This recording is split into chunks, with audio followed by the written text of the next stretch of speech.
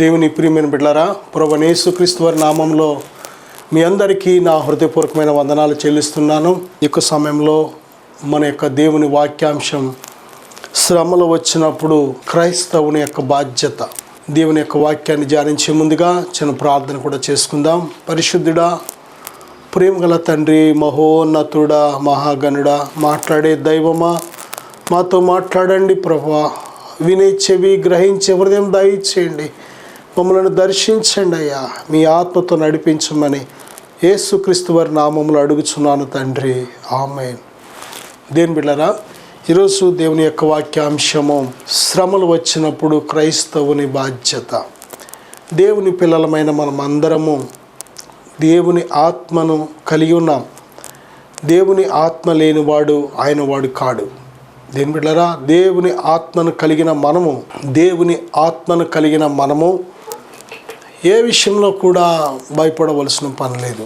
అంతేకాదు, ఆయనను ప్రేమించే వారికి మేలు కలుగుటకై సమస్తము సమకూడి జరుగుతున్నాయని ప్రభు వాగ్దానం చేశారు. కనుక ఆయన సెలవు లేకుండా, ఆయన యొక్క అనుమతి లేకుండా ఏది మన జీవితంలో సంభవించదు. ఎందుకంటే మనం ఎప్పుడైతే మన జీవితానికి మన ప్రభువైన యేసుక్రీస్తు వారికి సమర్పించుకున్నామో, ఎప్పుడైతే మారు మనసు పొంది ఉన్నామో, నూతనంగా జన్మించి ఉన్నామో, బ్రతుకుట క్రీస్తే. కనుక బ్రతుకుచున్నది నేను కాదు, క్రీస్తే నాయందు ఉన్నారు అని అపొస్తలుడైన పౌలు గలతీ 2:20 చెప్పినట్లు, దేని బిడ్డలారా, ఆయన మనలో నివాసం ఉంటున్నప్పుడు సమస్తం సమకూర్చి ప్రభు జరిగిస్తున్నారు. యాకోబు రాసిన పత్రిక 5వ అధ్యాయం 13వ వచనంలో చూస్తే, శ్రమ వచ్చినప్పుడు ప్రార్థన చేయాలని దేవుడు మనతో వాక్యం ద్వారా మాట్లాడుతున్నాడు. ఎవరికైనా శ్రమ వస్తే మనకున్న ఒకే ఒక ఆయుధం ప్రార్థన. ప్రభుతో చెప్పడం, ప్రభుతో మన యొక్క స్థితిని దేవునితో చెప్పడం. దేని బిడ్డలారా, ప్రార్థన జీవితం అనేది దేవుని పిల్లలకి ఇచ్చిన గొప్ప ఆయుధం. ప్రభువైన యేసుక్రీస్తు వారి ఒక మాదిరి మనకు. ఆయన ప్రార్థన, ఆయన దేవుడయ్యుండి మానవ శరీర ఆకారంతో ఈ భూమి మీద ఉన్నప్పుడు తండ్రికి ఏ విధముగా ఆయన ప్రార్థన చేశారో, మనము కూడా తప్పనిసరిగా ప్రార్థన అనేది మనకు అవసరమని మనం తెలుసుకోగలం. దేని బిడ్డలారా, ప్రార్థన లేని క్రైస్తవుడు ప్రాణం లేని క్రైస్తవుడు అన్నట్లు మనం వింటూ ఉంటాం. ప్రాణము లేకపోతే ఏ విధముగా చనిపోయిన శరీరం అని మనం గుర్తిస్తామో, అలాగే ప్రార్థన జీవితం అనేది లేని వ్యక్తి, ఆ వ్యక్తి క్రైస్తవుడు కాలేడు.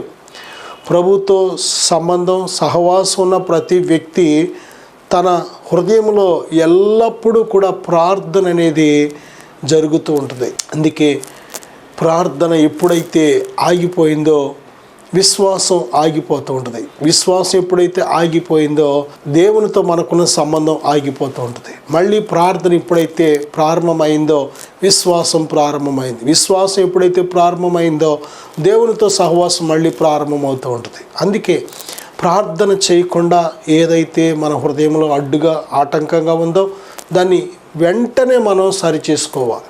క్షమించలేని స్వభావం, గర్వము, ధనాపేక్ష, అంతరంగంలో పాపాన్ని లక్ష్యం చేయడం, దేవుని కంటే ఎక్కువగా ఈ లోక సంబంధమైన వాటిని, శరీర సంబంధమైన వాటిని ప్రేమించడం, ఏదో ఒకటి బలహీనత ఎప్పుడైతే మన జీవితంలో మనం దాచుకుంటూ ఉంటామో, వాటిని ఒప్పుకోకుండా, విడిచిపెట్టకుండా కప్పిపెడుతూ ఉంటామో, మన ప్రార్థనలకు ఏమాత్రము జవాబు రావు. దేని బిడ్డలారా, నా హృదయంలో నేను పాపమును లక్ష్యము చేసిన ఎడల ప్రభు నా మనవి వినకపోవునని బైబిల్ స్పష్టంగా చెప్తుంది.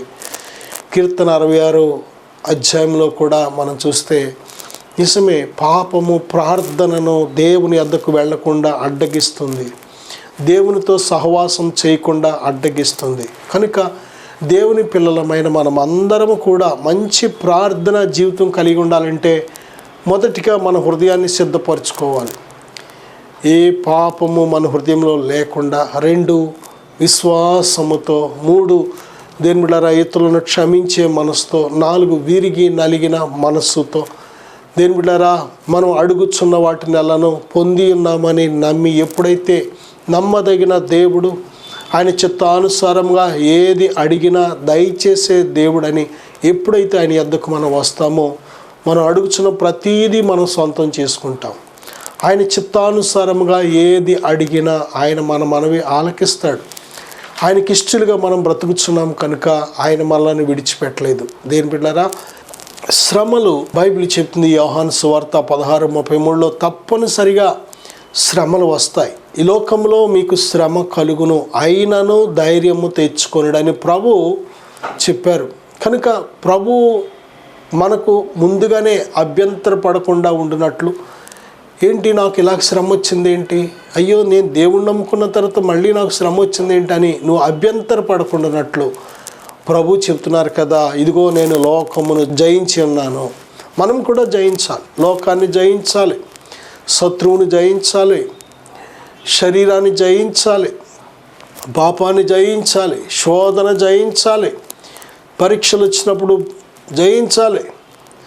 దేని బిడ్డారా, అన్ని పరిస్థితుల్లో కూడా మనం జయవీరులుగా, విజయ వీరులుగా ఉండాలనే దేవుడి యొక్క ఆశ, దేవుని యొక్క ఆలోచన. కావలసిన శక్తిని, సహాయాన్ని దేవుడు మనకు సప్లై చేయడానికి సిద్ధంగా ఉన్నాడు. మనం చేయవలసిన పనంతా కూడా ఏంటంటే మనం కేవలము దేవునికి సరెండర్ అవ్వడం, ప్రతి పరిస్థితిలో కూడా దేవునికి మనల్ని మనం అప్పగించుకోవడం. ప్రార్థన ఎప్పుడైతే నువ్వు చేస్తావో నీ సొంత నిర్ణయాలు ఉండవిక, నీ సొంతంగా పగ తీర్చుకోవాలనో లేకపోతే బెదిరించాలనో అనే ఆలోచన ఉండదు. ఎందుకంటే ప్రభువైన యేసుక్రీస్తు వారు పేతురు మొదటి పత్రిక 2:23లో చూస్తే, ఆయన శ్రమ పెట్టబడి బెదిరింపక న్యాయముగా తీర్పు తీర్చు దేవునికి తన్ను తాను అప్పగించుకున్నాను. చాలాసార్లు శ్రమ ఎదురైనప్పుడు ఇతరులను బెదిరించే విధముగా మనం తయారవుతూ ఉంటాం, లేక ఇతరులను దూషించే విధముగా, కొట్టే విధముగా, తిట్టే విధముగా, లేకపోతే మనకు మనం ఏదో సెల్ఫ్ డిఫెన్స్ కింద మనల్ని మనం రక్షించుకోవడానికి. కానీ వాళ్ళు 10 మాటలు అన్నప్పుడు నేను ఒక్క మాట కూడా అనకుండా ఉంటే ఎలాగా అన్నట్టు, మనం కూడా పోరాడాం అన్నట్టు. నేను బిడ్డారా, కానీ మన పోరాటాల వలన కలిగే విజయం కంటే దేవునికి అప్పగించుకుంటున్నప్పుడు కలిగే విజయం గొప్పది. పగ తీర్చుకొనడం దేవుని పని. కాబట్టి మనం ఎవరిని బెదిరించక్కర్లేదు. నా సహోదరుడా, సహోదరి, ఆత్మను దేహాన్ని కూడా నరకంలో నశింపచేయగలిగిన దేవుడు కనుక ఆయనకు మనం తప్పనిసరిగా భయపడాలి. బైబిల్ చెప్తుంది, శ్రమ వచ్చినప్పుడు ప్రార్థన చేయాలి. శ్రమ వచ్చినప్పుడు ఏం చేయాలంటే, పేతురు రాసిన మొదటి పత్రిక 4:1 క్రీస్తు శరీరమందు శ్రమ పడెను గనుక మీరును అట్టి మనస్సును ఆయుధముగా ధరించుకొనుడి. ప్రభువైన యేసుక్రీస్తు వారు మనకు నేర్పిస్తున్న గొప్ప సత్యము, పాఠం ఏమిటంటే, ఆయన మన కోసం శ్రమలు పడ్డారు. ఆయన మన కోసం శ్రమలు అనుభవించారు. నీతి నిమిత్తము ఆయన శ్రమలు అనుభవించారు. మనల్ని రక్షించడానికి శ్రమలు అనుభవించారు. మనను శత్రువు చేతుల నుంచి విడిపించడానికి శ్రమలు అనుభవించారు. పాపపు బంధకాల నుంచి మనలను రక్షించడానికి శ్రమలు అనుభవించారు. మనం విశ్వాసమందు భాగ్యవంతులుగా ఉండడం కోసం ఆయన శ్రమను అనుభవించారు. మనం ధనవంతులుగా ఉండాలని ఆయన శ్రమను అనుభవించాడు. మనం ఘనత కలిగిన వారిగా ఉండాలని ఆయన శ్రమను అనుభవించాడు. మనం మరణాన్ని తప్పించుకొని నిత్య జీవాన్ని స్వతంత్రించుకోవాలని ఆయన శ్రమను అనుభవించాడు. ఎన్నో కారణాలు ఆయన శ్రమను అనుభవించడానికి లేఖనాలు అనాది కాల ప్రణాళిక సంకల్పం. అది దేవుడు ముందుగానే ఆయన మన కోసం శ్రమ పడబోతున్నాడని ముందుగానే లేఖనాలు తన ప్రవక్తల నోట ఏవైతే పలికించారో ప్రభు, ఆ లేఖనాలు నెరవేర్పు నిమిత్తము కూడా ఆయన శ్రమ పడ్డాడు. దేని బిడ్డలారా, ప్రభువైన యేసుక్రీస్తు వారు మన కోసం అన్ని శ్రమలు పడినప్పుడు ప్రభు కోసం మనం ఎందుకు చిన్న శ్రమను అనుభవించకూడదు? ప్రభు మన కోసం శ్రమను అనుభవించే మనసు ఆయన ధరించుకున్నప్పుడు మనం ప్రభు కోసం అలాంటి మనసు ఎందుకు ధరించుకోకూడదు? మన కోసమే కాదు, ప్రభువు నామం నిమిత్తము మనకు ఎటువంటి శ్రమ ఎదురైనా, విశ్వాసము కోసం ఎటువంటి శ్రమ ఎదురైనా, మనం పొందుకున్న ఈ రక్షణ, మనం పొందుకున్న ఈ నీతి, మనం పొందుకున్న ఈ నిత్య జీవం, దేని బిడ్డలారా, వీటిని మనం అనుభవిస్తున్నాం కనుక వీటిని బట్టి శ్రమ ఎదురైతే ఎందుకు మనం ప్రభువు వలె వాటిని ఎదుర్కోకూడదు, భరించకూడదు? దేని బిడ్డలారా, ప్రభువు మనస్సును మనం ధరించుకోవాలని బైబిల్ చెప్తుంది. క్రీస్తు యేసునకు కలిగిన ఈ మనస్సు మీరును ధరించుకోండి. ఏంటి ఆ మనస్సు? ఆయన మన కోసం శ్రమ పడ్డారు కనుక ప్రభు కోసం మనము కూడా శ్రమ పడేవారిగా మనం ఉండాలి. నిజమే దేని బిడ్డలారా, మనము చాలాసార్లు కీడు చేసి శ్రమలు అనుభవిస్తూ ఉంటాం, పొరపాట్లు చేసి శ్రమలు అనుభవిస్తూ ఉంటాం, దేవునికి ఆయాసకరమైన పనులు చేసి శ్రమలు అనుభవిస్తూ ఉంటాం, పాపము చేసి శ్రమలు అనుభవిస్తూ ఉంటాం. అలాంటిది నీతిగా బ్రతికి శ్రమ అనుభవిస్తే ఎంత మేలు, పరిశుద్ధంగా బ్రతికి యథార్థంగా బ్రతికి శ్రమలు అనిపిస్తే ఎంత మేలు. అందుకే బైబిల్ చెప్పింది, శ్రమలో పేతురు రాసిన మొదటి పత్రిక 3:14 భయపడొద్దు, కలవరపడద్దు అన్నాడు దేవుడు. ధన్యులు ప్రభువు నిమిత్తము మనం ఎటువంటి శ్రమను అనుభవించినా, మన యొక్క సహోదరుల కోసం దేని బిడ్డలారా, దేవుని నామము నిమిత్తము ఎటువంటి శ్రమను అనుభవించినా అదొక ధన్యత అనేది విషయాన్ని మనం మర్చిపోకూడదు. దేని బిడ్డలారా, అందుకే ప్రభు మనతో ఉన్నారు కనుక భయపడవలసిన పని లేదు, కలవరపడవలసిన పని లేదు. సమస్త దుర్నీతి నుండి విడిపించే దేవుడు. దేని బిడ్డలారా, శ్రమ ద్వారా గొప్ప గొప్ప మేలులు మన జీవితాల్లో చేసే దేవుడు ఆయన. కాబట్టి శ్రమ వచ్చినంత మాత్రాన కృంగిపోవద్దు. శారీరక శ్రమలో, ఆర్థిక శ్రమలో, లేక కుటుంబంలో శ్రమలో, వివాహ దాంపత్య జీవితంలో శ్రమలో, బిడ్డలు లేక శ్రమ, అప్పుల నిమిత్తము శ్రమ, ఉద్యోగం లేక శ్రమ. దేని బిడ్డలారా, నువ్వు ఏ తప్పు పాపము చేయకపోయినా లేనిపోయిన నిందలు అనే రూపంలో శ్రమలో, ఒంటరితనం అనే శ్రమ, ఏదో ఒక శ్రమ. లోకం మనలను రకరకాలుగా మాట్లాడుతూ ఉంటున్నప్పుడు అదొక శ్రమ. దేని బిడ్డలారా, శ్రమ వచ్చినంత మాత్రాన నువ్వు తప్పిపోయినట్టు కాదు, ఏదో పాపం చేసావని కాదు. కానీ శ్రమ నేను బలపరచడానికి, శ్రమ నీ విశ్వాసాన్ని బలపరచడానికి, శ్రమ నేను ప్రభువుకి దగ్గరగా చేయడానికి, శ్రమ ద్వారా దేవుని సంపూర్ణ చిత్తాన్ని నువ్వు కనుగొనడానికి, శ్రమ ద్వారా దేవుని స్వరాన్ని వినడానికి, శ్రమ ద్వారా నువ్వు హెచ్చిపోకుండా ఉండి నిమిత్తము శ్రమ. శ్రమ ద్వారా నీ ముందున్న ప్రయాణం చాలా గొప్పది కనుక ఆ ప్రయాణానికి కావాల్సిన శక్తిని నువ్వు పొందుకొని సిద్ధపడడానికి. శ్రమ ద్వారా మనం బలవంతులం అవుతున్నాం, మన విశ్వాసం అభివృద్ధి చెందుతుంది. శ్రమ లేకపోతే మనం దుర్బీజులమే కానీ దేవుని పిల్లలం కాదు. శ్రమ ద్వారా మన విశ్వాసం షైన్ అవుతుంది. బంగారం చాలా విలువైనది, అది దాని రేటు వింటుంటే నిజంగా చాలా భయం వేస్తూ ఉంటుంది. దేని బిడ్డలారా, ఎందుకు అంత రేటు అంటే అది అంత అగ్ని కొలిమిలోంచి వచ్చింది. భయంకరమైన అగ్నిలో కాల్చబడి శుద్ధి చేయబడి, అందులో ఏ మట్టి లేకుండా, ఏ మస్టు లేకుండా, ఏ చెత్త చెదారం లేకుండా అగ్ని కొలిమిలోంచి వచ్చింది. అది అగ్ని కొలిమిలో చాలా వేస్తూ ఉంటాం కానీ చాలా కాలిపోతూ ఉంటాయి, ఇంకా బయటికి వచ్చే ఏం ఉండవు. బంగారం అలా కాదు, బంగారంలో ఉన్న మట్టి పోయి శుద్ధ సువర్ణం బయటపడుతూ ఉంటుంది. ఆ శుద్ధ సువర్ణం చాలా వాల్యుబుల్. నీవు కూడా అంతే. రేపొద్దున మనం పొందుకోబోయే ఆ నిత్య మహిమ, ఆ నిత్య రాజ్యంలో మన జీవితాలు గడపాలి అంటే ప్రభువుతో యుగయుగాలు నిత్యము కూడా మనం సంతోషించాలి అంటే ఈ భూమి మీద ప్రభు నిమిత్తము నీ విశ్వాసానికి ఎదురయ్యే ఈ చిన్ని చిన్ని చులకని శ్రమలో ఏం చేస్తాయంటే బంగారం కంటే అమూల్యమైన నీ విశ్వాసాన్ని శుద్ధి చేస్తూ ఉంటాయి, నీ విశ్వాసాన్ని పరిశుద్ధపరుస్తూ ఉంటాయి, నీ విశ్వాసాన్ని అభివృద్ధి చేస్తూ ఉంటాయి. దేని బిడ్డలారా, శ్రమ వచ్చినప్పుడు దేవుడు నీ జీవితాల్లో చేసే ఘనమైన కార్యాలు, గొప్ప గొప్ప కార్యాలు, నీ శక్తికి మించిన కార్యాలు ఎప్పుడైతే నువ్వు అనుభవిస్తూ ఉంటావో ఆ కార్యాలను బట్టి నీ విశ్వాసం చాలా గొప్పగా పెరుగుతూ ఉంటుంది. అంతేకాదు, శ్రమలు వచ్చినప్పుడు దేవుని నామం మహింపరచబడుతూ ఉంటుంది. శ్రమలు వచ్చినప్పుడే నీ చుట్టుపక్కల ఉన్న వారికి నువ్వు ఒక వెలుగు వలె కనబడుతూ ఉంటావు. శ్రమలు వచ్చినప్పుడే నువ్వు అనేకులకు ఉప్పు వలె, సారమైన ఉప్పు వలె ఉంటూ ఉంటావు. దేని బిడ్డలారా, శ్రమ వచ్చినంత మాత్రాన ఏడవద్దు, కన్నీరు కార్చవద్దు, కృంగిపోవద్దు. ప్రభు నీతో ఉన్నారని మర్చిపోవద్దు. సహాయకుడు బైబిల్ చెప్తుంది, నిన్ను కొద్ది కాలము అవసరమును బట్టి మాత్రమే దేవుడు శ్రమను అనుమతిస్తాడు. ఆ తర్వాత ఆ శ్రమను దేవుడు తీసేస్తాడు. శ్రమ ద్వారా దేవుడు నీకు ఏ పాఠం నేర్పాలనుకున్నాడో, ఏమి ఇవ్వాలనుకున్నాడో, నేను ఏ విధంగా సిద్ధపరచాలనుకున్నాడో, ఆయన మార్గం ఏ విధంగా సరళం చేయాలనుకున్నాడో, ఆయన చిత్తం ఏ విధంగా నీ జీవితంలో జరిగించాలనుకున్నాడో, జరిగిపోయిన మరుక్షణమే ఇక శ్రమ ఉండదు. కానీ శ్రమ మాత్రం ఏదో ఒక సమయంలో, ఏదో ఒక స్థలంలో, ఎవరో ఒకరి ద్వారా, ఎవరో ఒకరు ఏదో ఒక పరిస్థితి ద్వారా మనల్ని విజిట్ చేస్తారు. ఇది మాత్రం మనకు చాలా చేదుగా వినడానికి కానీ, దాన్ని ఆలోచించడానికి కానీ కొంచెం కష్టంగా ఉంటూ ఉంటుంది. మనుష్యుడు ఎప్పుడు కూడా సుఖానికి అలవాటు పడ్డాడు. ఎప్పుడూ సుఖమే, ఎప్పుడూ సుఖమే. స్వీట్ చాలా బాగుంటుంది. స్వీట్స్, రకరకాల స్వీట్స్, ఏ రూపంలో స్వీట్ తిన్నా కానీ కడుపుకి, నాలుకకు మంచి టేస్ట్గా ఉంటుంది. కానీ షుగరు ఎక్కువ అలా కంటిన్యూగా తింటే ఎంత ప్రమాదమో తెలుసా? మనందరికీ తెలుసు. ఈ షుగర్ వ్యాధిని పడిన బిడ్డలు ఎంతగా బాధపడుతున్నారో మనందరికీ తెలుసు.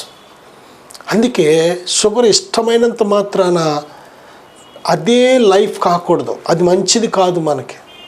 మనం క్షేమంగా బ్రతకాలి అంటే, ఈ భూమి మీద ప్రభు కోసం నమ్మకస్తులుగా బ్రతకాలి అంటే, మన విశ్వాసాన్ని కాపాడుకోవాలంటే మనకు శ్రమ అవసరం. మనలను పరిపూర్ణులుగా చేయడానికి, మనల్ని సంపూర్ణులుగా చేయడానికి, మనల్ని చెక్కి ప్రభువైన యేసుక్రీస్తు వారి రూపం మనలో ఏర్పడడానికి. ఆయన రూపం ఏంటి? ప్రేమ, సంతోషం, సమాధానం, దీర్ఘశాంతం, దయాళత్వం, మంచితనం, విశ్వాసం, సాత్వికం, ఆశానిగ్రహం. ఇది దేవుని స్వభావం, దేవుని పోలిక. పరిశుద్ధుడు, నీతిమంతుడు, సత్యవంతుడు, యథార్థవంతుడు, ఆయన న్యాయవంతుడు, ఆత్మ. కనుక దేవుని యొక్క పోలిక స్వరూపం మన ఆత్మలో ఏర్పడాలి అంటే తప్పనిసరిగా ఈ సిద్ధపాటు మనకు అవసరమైంది. ఈ యొక్క శ్రమ అనే మార్గం గుండా మనం వెళ్ళకపోతే మనలో ప్రభువారి రూపం ఏర్పడదు. కాకరకాయ చాలామంది ఇష్టపడరు అసలు. కాకరకాయ చేదు అనగానే అస్సలు నోటి దగ్గర రానివారు. కానీ కాకరకాయ ఎంత మేలు చేస్తుంది అది కొద్దిమంది చెబుతూ ఉంటారు కదా. ఆ చేదు కూర అయినా సరే అది కడుపులో ఉండే అనేక రకాల రోగాలు రాకుండా అది అందులో ఉండే ఆ సారం మనకు మేలు చేస్తూ ఉంటుంది. చన్నీళ్ళు, నార్మల్ వాటర్ చూడండి. చన్నీళ్ళు అందరూ తాగడానికి ఇష్టపడుతుంటారు, కూలింగ్ వాటర్. నార్మల్ వాటర్ ఎవరు ఇష్టపడరు. కానీ ఆ కూలింగ్ వాటరు త్రాగినప్పుడు బాగానే ఉంటుంది, కానీ త్రాగిన తర్వాత ఎంత కీడు చేస్తుందో తెలుసా దేని బిడ్డారు? అలాగే సుఖం అనేది ఒక స్వీట్ లాంటిది. సుఖం అనేది ఒక స్వీట్ లాంటిది. సుఖం అనేది ఒక కూలింగ్ వాటర్ లాంటిది.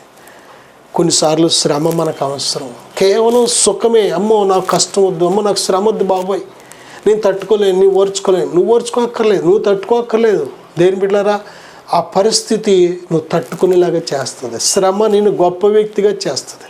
నీ లోపల ఓర్పు, ప్రేమ, సహనం, జ్ఞానం, మంచి నిర్ణయాలు, మంచి మార్గంలో నడిచేలాగా దేని బిడ్డలారా ఎక్కడ దేవునికి ఆయాసకరంగా బ్రతకకుండా చక్కగా నువ్వు దేవుని చిత్తానుసారంగా బ్రతికే విధంగా నిన్ను కంట్రోల్ చేసేది శ్రమ. కాబట్టి శ్రమ నొంది ఉండుట నాకు మేలాయను అంటున్నాడు. శ్రమ మేలేంటి? చాలామందికి అర్థమవును. అవును, శ్రమ లేకపోతే మనం చాలా సులువుగా పడిపోతాం. శ్రమ లేకపోతే చాలా సులువుగా సాతానికి చిక్కేస్తాం. సాతాన్ని జయించే శక్తి కూడా మనకు ఉండదు. దేని బిడ్డారా? పరిశుద్ధాత్మ శక్తి చేత భూలోకాన్ని తలక్రిందులు చేసేవారిగా మారారంట. అయితే ఆ పరిశుద్ధాత్మ శక్తి చేత నింపబడడానికి 10 రోజులు మేడగదిలో వారు తిండి లేదు, నిద్ర లేదు, స్నానం లేదు. ఎన్ని రోజులు తెలియదు. దేవుడు వారి మధ్యకు దిగు వచ్చే వరకు కూడా దేని బిడ్డలారా అది ఎంత శ్రమ!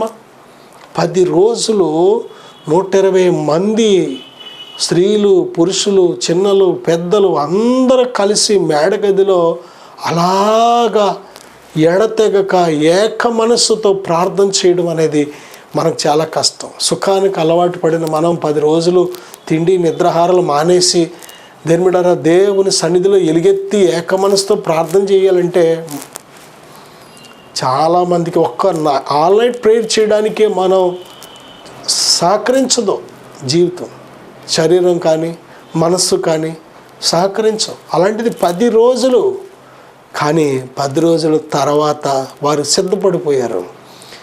దేవుడు వారిని తన ఆత్మతో నింపాడు. మన జీవితంలో కూడా అంతే. ఇంకా ఇంకా ఇంకా దేవుని ఆత్మతో అభిషేకించబడి నింపబడి బలమైన పాత్రగా ఉండడానికే కొన్ని పరిస్థితులు దేవుడు మన జీవితంలో అనుమతిస్తూ ఉంటాడు. నాకు అక్కడైతే ఎంతో సుఖం, కానీ ఇక్కడ చాలా కష్టపడుతున్నాను. ఇంకో చోట అయితే నాకు చాలా క్షేమము, సుఖము, సంతోషం, కానీ ఇక్కడ చాలా బాధగా, ఇబ్బందికరంగా ఉందని చాలా చోట్ల దేవుడు మనల్ని సిద్ధపరిచే పరిస్థితులను బట్టి, దేవుడు మనకు మేలు చేయాలని మనల్ని సిద్ధపరచడానికి ఏ పరిస్థితుల్లో పెట్టాడో ఆ పరిస్థితులు మనం ఇష్టపడం, ఒప్పుకోం. కానీ ఓపికతో దేవుడు అనుమతించిన ఆ పరిస్థితిలో మనం నిలబడితే తర్వాత గొప్ప మేలు, గొప్ప సాక్షిగా, గొప్ప పాత్రగా నీ జీవితం అనేకులకు దీవెనకరంగా, దేవుని ఆత్మశక్తి నీ ద్వారా ప్రవహించడానికి ఒక వాహకంగా నీ యొక్క జీవితం మారిపోతుంది. నా సహోదరుడా, నా సహోదరి, బైబిల్ చెప్తుంది, పేతురు రాసిన మొదటి పత్రిక 3:17 మేలు చేసి శ్రమ పడుటే మంచిదంట. కీడు చేసి కీడు అనుభవించడం కంటే మేలు చేసి కీడు అనుభవించడం మంచిది. నువ్వు మేలు చేసావు, కానీ ఇతరులు నీకు శ్రమలు, ఇతరులు నీకు కీడు, ఇతరులు నీకు ఏదో విధంగా నేను గాయపరిచారు, బాధపరిచారు, దుఃఖపరిచారు. బాధపడకు, దానికి గొప్ప ప్రతిఫలం ఉంది. చాలామంది కీడు చేసి కీడు అనుభవిస్తూ ఉంటారు, కానీ మన జీవితం ఇతరులకు మేలు చేసి, ఇతరులకు ప్రేమను పంచి, ఇతరులకు సహాయం చేసి, ఇతరులతో మంచిగా ఉండి, నమ్మకంగా ఉండి కూడా ఎవరైనా నేను శ్రమలకు గురి చేస్తే, ఎవరి ద్వారానైనా నీకు శ్రమ ఎదురైతే దానివల్ల గొప్ప ప్రతిఫలం దేవుడు నీకు ఇస్తాడు. నా సహోదరుడా, సహోదరి, పేతురు రాసిన మొదటి పత్రిక 4:2 శరీరమందు జీవించు మిగిలిన కాలము ఇక మీదట మనుజాశలను అనుసరించి నడుచుకొనక దేవుని ఇష్టానుసారముగానే నడుచుకున్నట్లు పాపముతో జోలి ఇక ఏమీ లేకుండా ఉండును. శరీరమందు జీవించు మిగిలిన కాలము ఇక దేవుని చిత్తానుసారముగానే, దేవుని ఇష్టానుసారంగానే మనం జీవించాలి. ఒకప్పుడు పాపము చేసి శ్రమలు తెచ్చుకున్నాం, ఒకప్పుడు తిరుగుబాటు చేసి దేవుని మీద తిరుగుబాటు చేసి శ్రమలు తెచ్చుకున్నాం, ఒకప్పుడు భక్తిహీనులుగా బ్రతికి శ్రమలు తెచ్చుకున్నాం. కానీ ఇప్పుడు ఈ మిగిలిన కాలం, ప్రభువును తెలుసుకున్న క్షణము నుంచి ఇక ఈ భూమి మీద చివరి రోజు వరకు, చివరి శ్వాస వరకు మిగిలిన కాలం దేవుని చిత్తానుసారముగా బ్రతకడం మంచిది. ఇక మనుజాశలు అనుసరించి కాదు జీవితం, దురాశలను అనుసరించి కాదు జీవితం. ఇక దేవుని చిత్త ప్రకారమే, దేవుని చిత్త ప్రకారం జీవిస్తున్నప్పుడు దేవుడు తన చిత్తంలో కొన్నిసార్లు నీకు మేలు చేయడానికి శ్రమను కూడా అందులో యాడ్ చేస్తాడు, దేవుడు కలుపుతాడు. భయపడకు, నీ మేలు కోసమే. పేతురు రాసిన మొదటి పత్రిక 4:12 మీకేదో వింత సంభవిస్తున్నట్లు ఆశ్చర్యపడద్దు అంటున్నాడు. ఏంటి ఇంత శ్రమ, ఏంటి నాకే ఇంత భయంకరమైన శ్రమ? కాదు కాదు, మనలాగే భూలోకమందు అంతటా ప్రతి దేశంలో ప్రతి భాష మాట్లాడే వారికి, క్రైస్తవుడు అనబడే ప్రతి వ్యక్తి కూడా ఎదుర్కొంటున్న శ్రమ ఇది. చాలామంది ఎవరికి వారు అనుకుంటూ ఉంటారు ఏమనంటే, నా ఒక్కడికి ఎంత శ్రమ, నా ఒక్కదానికి ఎంత శ్రమ, ఇలాంటి శ్రమ ఎవరిలో ఉన్నట్టు నాకు కనబడట్లేదు, ఈ సంఘంలో నేనే ఇన్ని శ్రమలు అనిపిస్తున్నాను, లేక ఈ ఊరిలో, లేక నా గ్రామంలో, లేకపోతే నా వారిలో నేనే ఇన్ని శ్రమలు అనిపిస్తున్నాను అన్నట్టు వారికి అలా కనబడుతూ ఉంటుంది. కానీ ఒక్కసారి ప్రపంచాన్ని చూస్తే మనకంటే భయంకరమైన శ్రమలు ఎదుర్కొంటున్న వారు ఉన్నారు. దేని బిడ్డలారా, దేవుడు ఎందుకు ఈ శ్రమను అనుమతించాడంటే ఆయన నిత్య మహిమ మన కోసం ఆయన సిద్ధపరిచిన ఆ నిత్యత్వం, అసలు ఆ నిత్యత్వంతో పోల్చుకుంటే ఈ శ్రమలు ఎన్నదగినవి కావు. అంత గొప్ప నిత్యత్వాన్ని మనం అనుభవించబోతున్నాం. పేతురు రాసిన మొదటి పత్రిక 5:9 విశ్వాసమందు స్థిరులై వానిని ఎదిరించుడి. విశ్వాసమందు స్థిరులుగా ఉండాలి మనం. యాకోబు రాసిన పత్రిక 1వ అధ్యాయం 3వ వచనంలో, మీరు నానా విధములైన శోధనలలో పడినప్పుడు అది మహానందమని ఎంచుకొనుడి.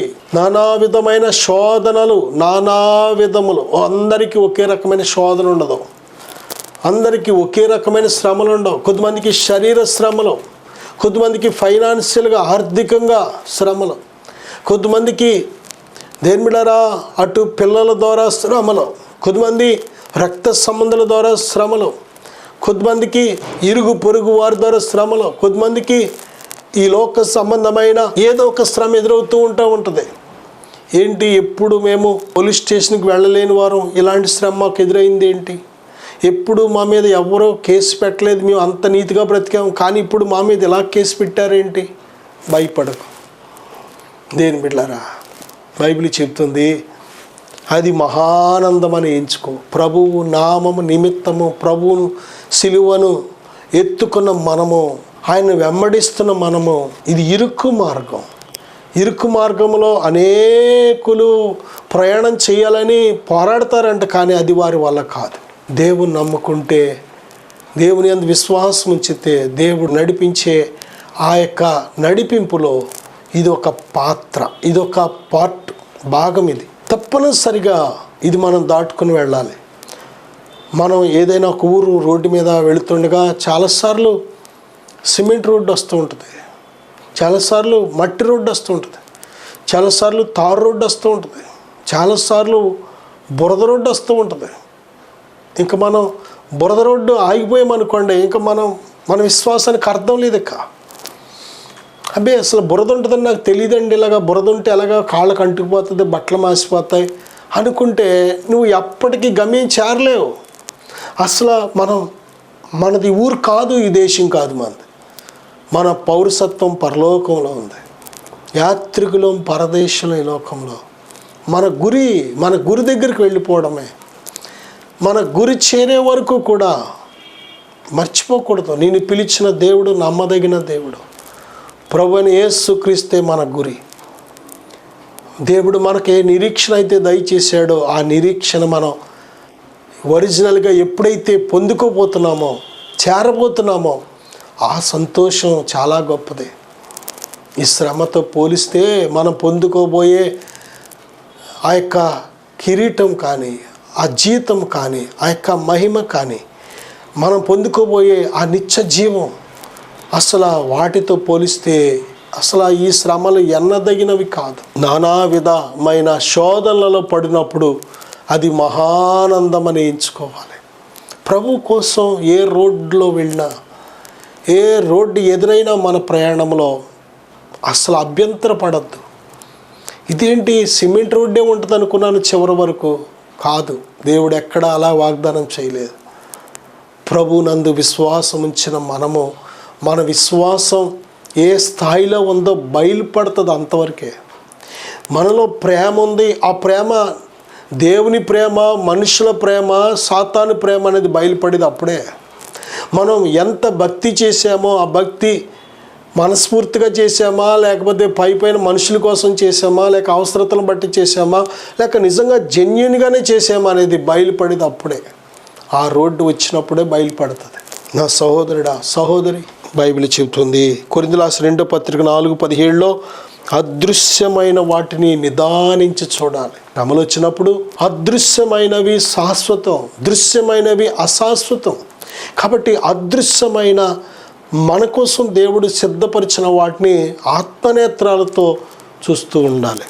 ప్రార్థన చేద్దాం. ప్రభువా, దయగల తండ్రి, ఈ మాటలు ఆలకించిన ప్రతి బిడ్డను దర్శించండి.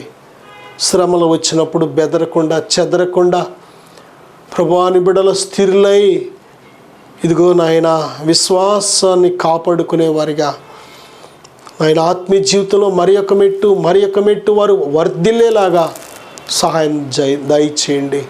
మేము ఎప్పుడు బలహీనం, అప్పుడే బలవంతులు మీలో ప్రభువా. మా బలహీనతల యందు మీ శక్తిని పంపించి మమ్మల్ని పరిపూర్ణలు చేస్తున్నావు కనుక తండ్రి, ఇదిగో మేము ఒంటరులము కాదు. ఇమ్మానుయేలు అనే దేవా, మీరు మాకు ఎల్లప్పుడూ తోడుగా ఉన్నందుకు స్తోత్రాలు. మీరే నడిపించమని, మాట్లాడమని యేసుక్రీస్తు వారి నామములో అడిగి వేడుకొనుచున్నాను తండ్రి. ఆమేన్. God bless you.